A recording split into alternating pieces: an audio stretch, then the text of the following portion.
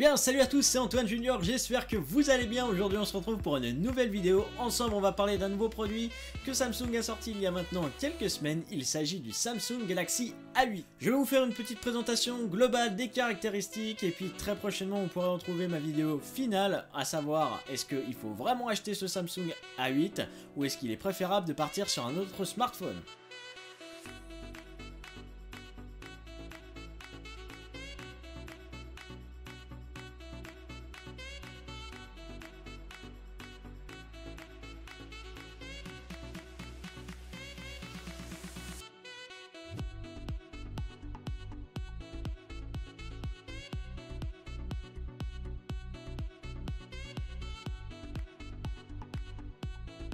On commence tout de suite à découvrir ce téléphone en parlant tout de suite du design.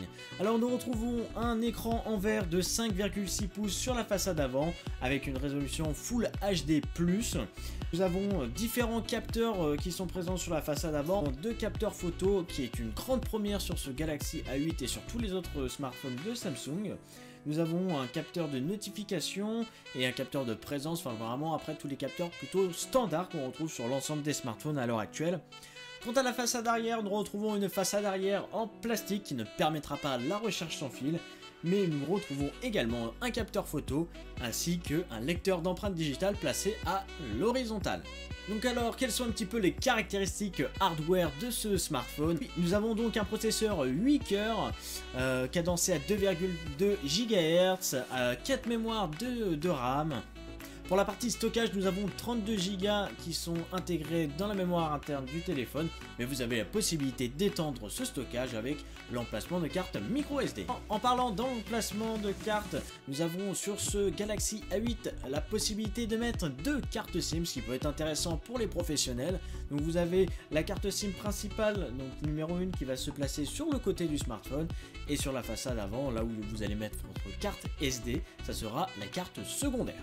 Alors ce Galaxy A8 est équipé aussi d'une certification, l'IP68, je rappelle ce que c'est. L'IP68 vous permet de plonger le téléphone jusqu'à 1,50 m de profondeur durant une durée maximum de 30 minutes. Bien entendu, je ne vous conseille pas de le faire, c'est juste une sécurité si vous le faites tomber. Vous avez aussi le Bluetooth 5.0 qui fait maintenant partie de la norme, on va dire, sur les nouveaux smartphones. Hein. Tous les smartphones quasiment aujourd'hui sont équipés du Bluetooth 5.0 et même ce Galaxy A8, malgré qu'il fait partie des téléphones milieu de gamme. Une petite chose intéressante aussi en parlant des connectiques, le Galaxy A8 est équipé aussi d'une antenne FM, ce qui vous permet d'écouter votre radio avec une application qui est directement intégrée dans le téléphone. Nous allons donc parler maintenant de la partie photo. Donc je vous l'ai dit tout à l'heure, sur la façade avant nous retrouvons un double capteur photo, le capteur principal étant de 16 mégapixels et le secondaire de 8 mégapixels. Alors quel va être l'intérêt principal de mettre un double capteur facial? C'est tout simplement la possibilité de gérer vous-même le flou d'arrière-plan. Enfin, concernant l'alimentation, il s'agit d'une batterie de 3000 mAh que vous allez pouvoir recharger grâce au port USB Type C. Le téléphone est compatible charge rapide, pas charge sans fil, mais vous avez déjà la possibilité de le recharger rapidement.